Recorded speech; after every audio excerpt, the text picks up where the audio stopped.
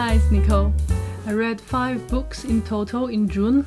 1 fantasy, Stardust by Neil Gaiman, 2 modern classics, The Constant Nymph by Margaret Kennedy and The Great Gatsby by Fitzgerald, 1 non-fiction, The Genius of Shakespeare by Jonathan Bate, and 1 contemporary novel, The Trouble with Goats and Sheep by Joanna Cannon.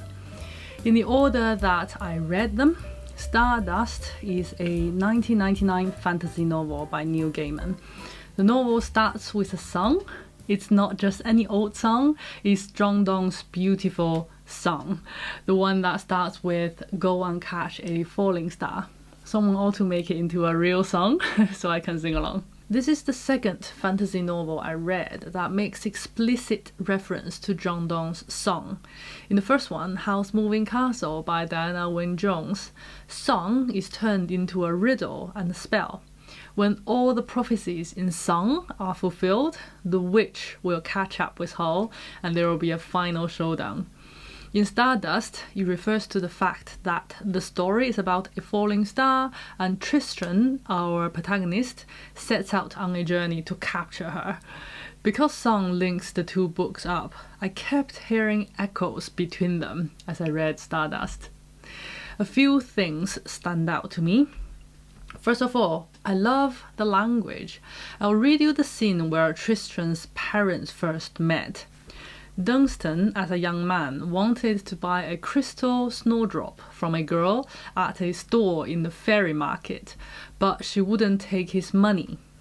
"I could take the color of your hair," she said, "or all of your memories before you were 3 years of age.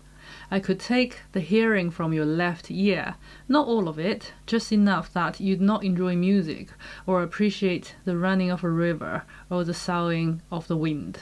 But, of course, they settled on a kiss. Secondly, the contrast between the innocence and darkness of a fairy tale has a striking effect. It started as a harmless story for little children, but suddenly I witnessed quite an explicit sex scene. Among the peace and quiet of a nocturnal landscape, there was a small but abrupt swear word. I read some murders of human beings, but never have I ever watched a unicorn so horrifically abused and its death so graphically described. It was shocking. Thirdly, Tristan and the star travelled for years and years before they went home to their duty. They once nearly went home, but decided against it at the doorstep, leaving a note to his mother saying, "Have been unavoidably detained by the world. Expect us when you see us." I often wish I could say that to duty and real life too. Lastly, I really like the ending. It's kind of a happy ending, but they did not live happily ever after. I don't want to say much, so to avoid spoiling the end of the story, it makes me think of the price you have to pay for love. How long will love endure when you are no longer 2? And when you've been lonely for 1,000 years or even more, would you think the price you originally paid for love of just a lifetime too high? The Constant Nymph by Margaret Kennedy is one of those curious books that was an instant success when it was first published and is now almost unheard of. It was first published in 1924. According to my library copy, after its publication in October 24, it was reprinted 6 times in December the same year, January, February, March, April, and July the next year. A cheaper edition was issued and reprinted 7 times in the following 2 years. It was mentioned in Dorothy L. Sayers' 1934 detective story, The 9 Tailors. One aspiring young writer says, "I will write novels, bestsellers, the sort that everybody goes potty over, not just bosh ones, but like The Constant Nymph." The Constant Nymph became the first novel of a genre called Bohemian. The story starts with a famous musician, Sanger, who's English but lives and travels in Europe with his large family with 7 children, often referred to by people as the Sanger Circus. One of their more long-term residences is a mansion high on a mountain in the Austrian Alps. A lot of musical friends and guests come and stay with the Sanger family, one of whom is a long-term friend, the talented young Louis Dodd. Because of one unfortunate event, the family breaks up and 3 of the teenage children are sent to England to live with their uptight cousin and uncle. It took a few chapters before I could tell who the nymph in the title was. One of the Sanger daughters falls in love with Louis, but being blind to her affection and loyalty, Louis marries someone else. The young nymph has to adjust and navigate through the tragic events of being uprooted from her beloved family and home, fitting into a foreign and rigid polite society, suffering in the boarding school, and worst of all, losing her beloved Louis. You probably can tell I'm trying very hard not to spoil the story. It's one of my favorite novels this year so far. I highly recommend it. A couple of things I like about this novel. I love the relationship between the siblings. They are teenagers, they are helpless against the unfamiliar society, the bullies in school, and the harsh reality of growing up without the protection of parents. They cling really close to each other, like a litter of kittens. There's a beautiful little scene where Tessa wishes to say goodbye to Uncle Charles at the train station, but she doesn't want to be alone with Louis on the way back home. "I'd like to see you off," said Teresa, with a tentative glance at Florence. Florence is their English cousin, for she was not quite sure if she would be wanted.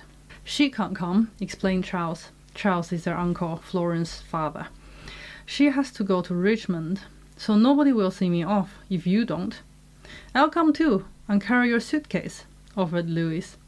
Florence looked pleased at his civility, but a little surprised, for he did not often offer to carry guests' luggage.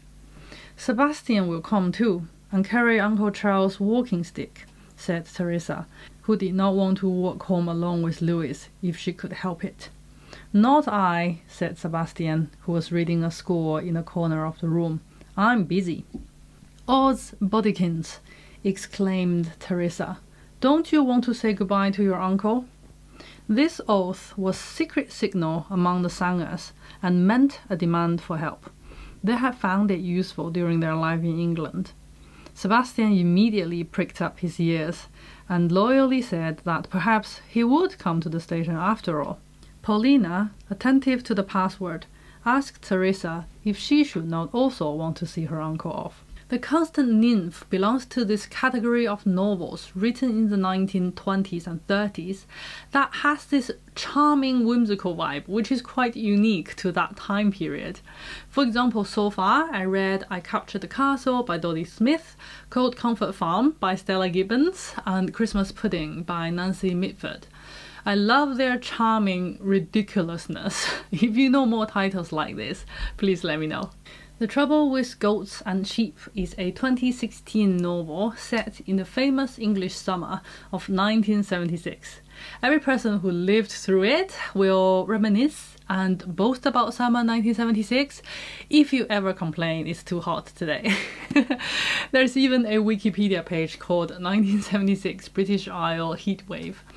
Before I go on, just bear in mind that this is Britain we are talking about, where the summer temperatures are usually about 25 degrees Celsius max.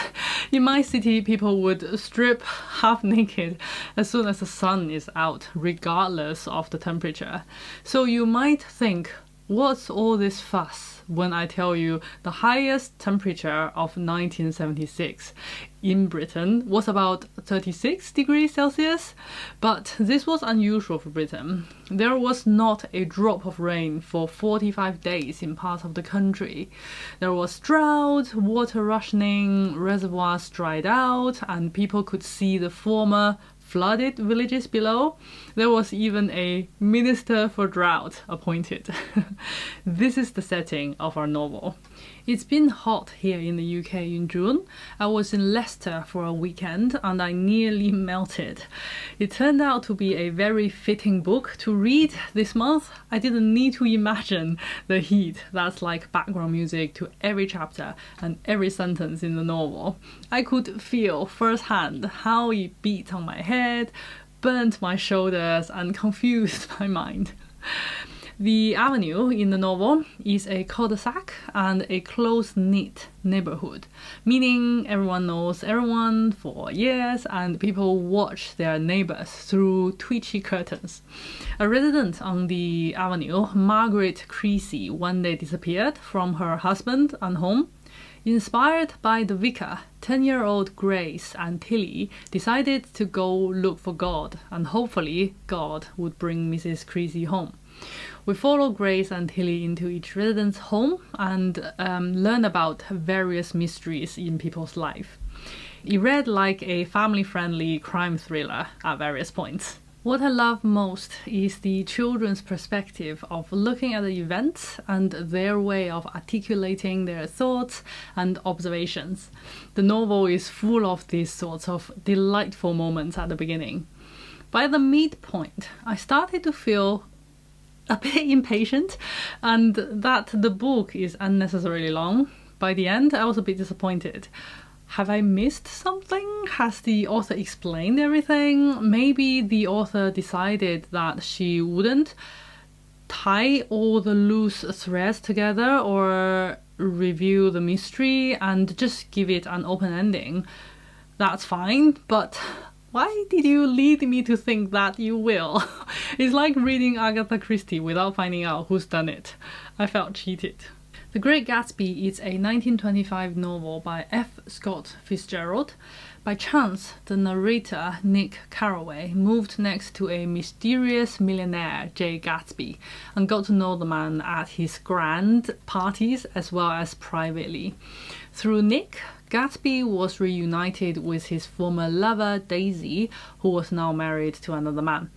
There are confrontations, there are people killed. This is the most famous novel on this list, but still, I for one hadn't read it before this month, so I won't tell you how the rest of the story goes.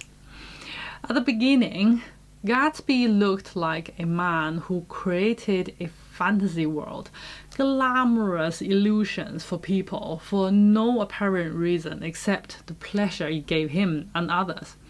But later we found out Gatsby was a man whose life actually was a fantasy in the sense that it was all made up. He created a self-image and an identity and stuck to it all the way to the end. But the glamorous fantasy had no root or foundation. Love, wealth, and the lavish lifestyle came crashing down, and there was, in the end, literally nothing left to show that he ever lived. I wonder, in all his wealth and self-delusion, if he was ever happy. A couple of things that stand out to me. One is how much I don't know about the US. The city names, the geographical details, and the significance in the story were all a bit lost on me. I have no idea what they mean. What, for example, East and West represent. I need to fix that. Secondly, I love how compact this novel is. I admire authors who say what they want to say, tell the story, and let it finish. I got the wrong impression that The Genius of Shakespeare by Jonathan Bate is a biography of Shakespeare. This is not a biography of Shakespeare. Sorry if I misled anyone. The book aims at general readers as well as scholars. As a general reader, to be honest, I find it really hard work. It's at the academic end of the spectrum for a general reader. If Jonathan Bate ever came across my channel, I hope he watches the ones where I talk about mad about Shakespeare and not this one, because I worry I'll make him sad by showing how little I get from the book. The book is in two parts. Part 1 is called Who is Shakespeare? What is he? Which has 5 chapters. Chapter 1, A Life of Anecdote. This is my favorite chapter, partly because it's easy to understand and partly because I love the explanation of the idea of creativity and originality. It's eye-opening. Chapter 2, Shakespeare's autobiographical poems, mainly about his sonnets. Who is the famous and mysterious Mr. W.H. in the dedication? I love the author's conclusion. I have no opinion of my own on this issue, but I'm very happy to be convinced by the author. Chapter 3, the authorship controversy. I wasn't particularly doubtful that Shakespeare wrote all the Shakespeare, and I have never been asked so far, how could you have such blind faith? But if ever I have the need to lay out the evidence, this chapter covers all the ground. Chapter 4, Marlowe's Ghost. Writers and artists are often more or less influenced by their predecessors and contemporaries, but I never knew how much Shakespeare's plays were written in response to Marlowe. The author writes, Shakespeare, I suggest, only became Shakespeare because of the death of Marlowe. Chapter 5, Shakespeare's peculiarity. Not only Shakespeare was influenced by Marlowe, his writing was also shaped by the fact that he was an actor and he knew theatre well. It talks more about how Shakespeare is not an original genius, but he is a genius in making the old new. And in giving us many voices and opinions within one play, he allows us to think and discuss forever and ever. I also learned for the first time that Tolstoy had a lot of negative things to say about Shakespeare, and Jonathan Bate thinks him wrong. Part 2 is called The Shakespeare Effect, which also includes 5 chapters. Chapter 6, The Original Genius. 7, The National Poet. 8, All the World His Stage. 9, From Character to Icon. 10, The Laws of the Shakespearean Universe. I won't give you a summary of each chapter in part 2, partly because I was a bit lost a lot of the time, partly because I don't want to make this video too long. It's fascinating though to learn that Shakespeare is not just literary people's possession. He was made use of so much politically throughout history and across the world as a banner to mean what people want him to mean and to say what people want to say in certain times and places. The author sums the subject of the book up nicely for us in the afterword. The first question that interested me was, where did Shakespeare's plays come from? Or, to put it another way, what made Shakespeare into Shakespeare? Among the answers are his education, his reading, his ability to renew old stories in an utterly distinctive way, and the influence of his predecessors in theatre, most notably Christopher Marlowe. Then the second question was, where did Shakespeare's plays go to? Or to put it another way, what transformed Shakespeare from one among a constellation of admired dramatists into the universally revered Bard of Avon? That is the story that I tell through case studies in the second half of the book. The process began, I suggest, with a transformation in the idea, the very meaning of genius. And then it was the Romantic movement across Europe that played the biggest part in the story. Reading the genius of Shakespeare is quite eye-opening. If you've read and recommend other non-fiction works about Shakespeare, please share them with me, especially if it's written for general readers. I'm also loving modern classics titles at the moment. I have a few from Persephone books I'd like to try after July. If you have any recommendations for early 20th century writers and which titles of theirs I should start with, please share with me in a comment too. That's all for today. Thank you for watching. I'll see you in my next one.